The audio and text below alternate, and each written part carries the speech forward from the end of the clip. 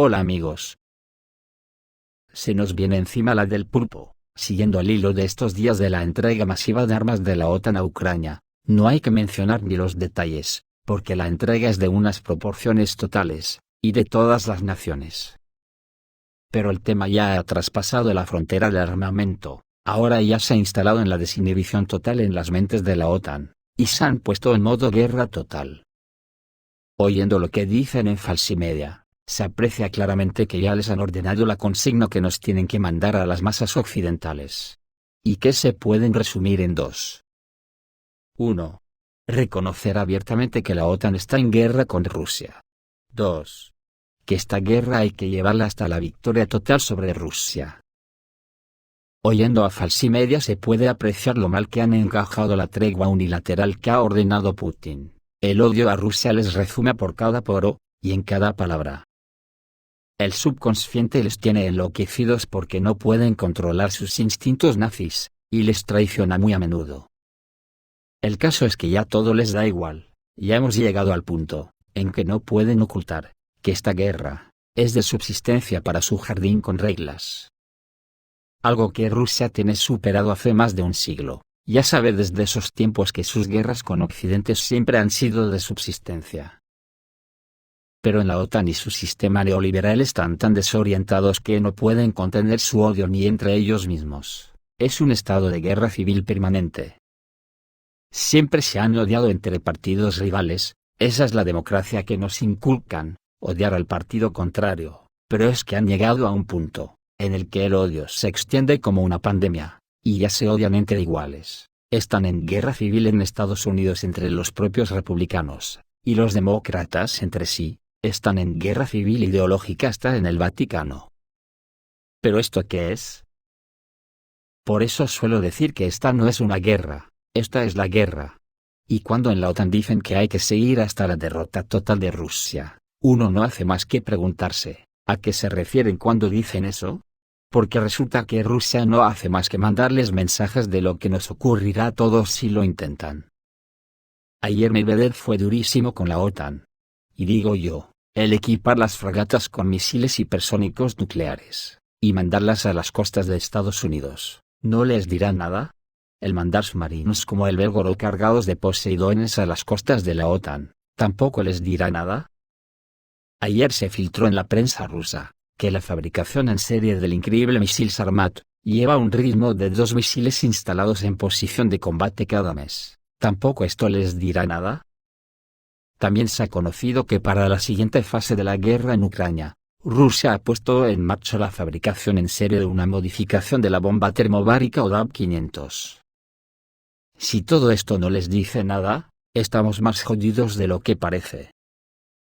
Habrá que estar atentos a Falsimedia estos días, que una vez que la OTAN ya ha salido del armario para que no quepan dudas sobre su verdadero fondo, los mensajes para preparar a la población serán asfixiantes.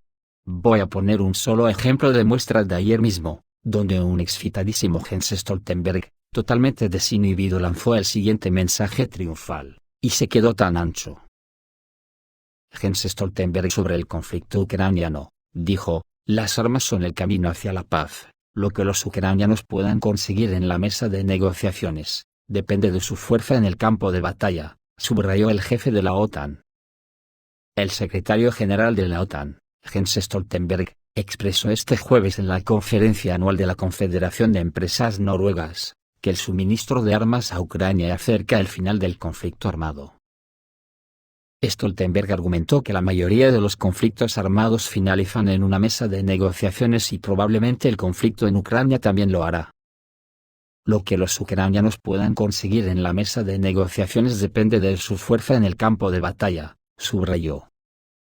Así que si queremos una solución de paz negociada, en la que Ucrania sobreviva como país democrático e independiente en Europa, la forma más rápida de conseguirlo es apoyar a Ucrania, destacó el jefe de la Alianza Atlántica.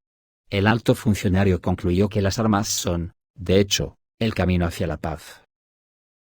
Por su parte, el expresidente de Rusia y actual vicepresidente del Consejo de Seguridad de Rusia Dmitry Medvedev, comentó las declaraciones de Stoltenberg con una cita de la novela distópica de George Orwell, 1984.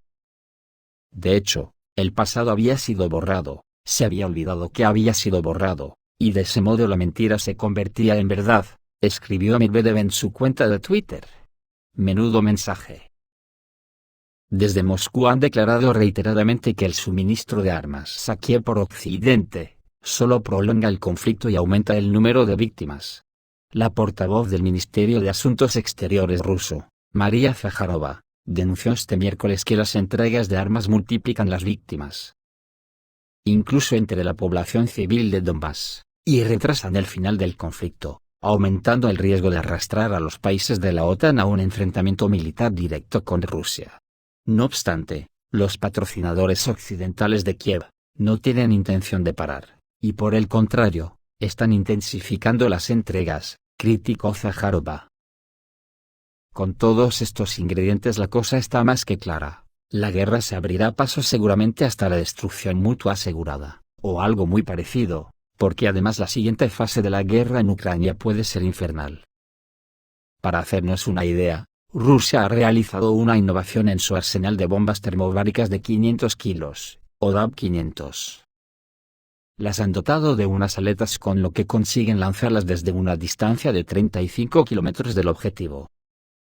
Y ahora, por ejemplo, un Su-34 puede cargar 6 bombas a la vez, que le permiten lanzar poderosos ataques aéreos en la línea del frente, sin entrar en la zona de destrucción de muchos de los sistemas de defensa aérea como los Buk, o los viejos sistemas soviéticos S-300 con un alcance de 30 kilómetros, que son los que están en servicio en el ejército ucraniano. Pero claro, esta distancia no se puede implementar sin una exclusión aérea de mayor distancia, porque la OTAN ya tendrá en Ucrania sistemas mucho más efectivos, como los Patriot con 160 kilómetros de alcance. Lo que esto solo le dejaría a Rusia una solución: entrar por Bielorrusia y ocupar el oeste de Ucrania hasta la frontera con Polonia, algo que llevaría a la OTAN a la desesperación y al enfrentamiento total.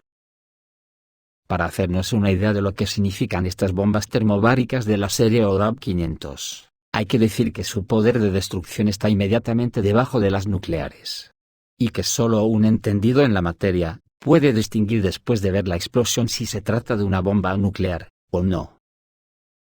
La bomba ODAB-500, que se conoce en 4 modificaciones, la clásica ODAB-500, y las mejoradas, ODAB-500P, ODAB-500PM y ODAB-500PMV, se pusieron en servicio a finales de los años 80.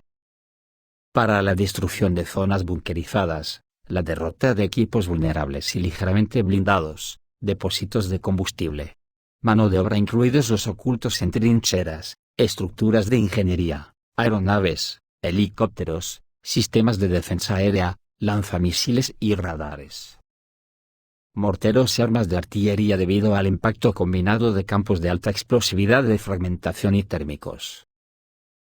ODAB-500 es una bomba de pared delgada llena de óxido de etileno. Este es el combustible principal de las municiones. El diámetro de la munición es de 450 milímetros, la longitud 2 metros, y el peso es de 685 kilos. En este caso, el equivalente en TNT llega a 1 tonelada. La bomba puede ser lanzada tanto por aviones de ataque como por helicópteros. Las alturas de aplicación van de 200 a 500 metros. Desde alturas máximas, solo se puede utilizar la modificación FDA más moderna, que es algo más larga que las versiones anteriores. La bomba consta de un contenedor para llenar con combustible. La ODAB-500P se llena con piperileno, un paracaídas en la cola y un radioaltímetro, o un líder con correa, en la cabeza. La bomba lleva 2 cargas explosivas. La primera es necesaria para rociar combustible líquido, y la segunda para socavar el aerosol resultante. El escenario para usar la serie ODAB-500 es bastante simple. Después de ser expulsada del portador, la bomba vuela en vuelo libre durante algún tiempo y se abre un paracaídas a una altura de 30 a 50 metros.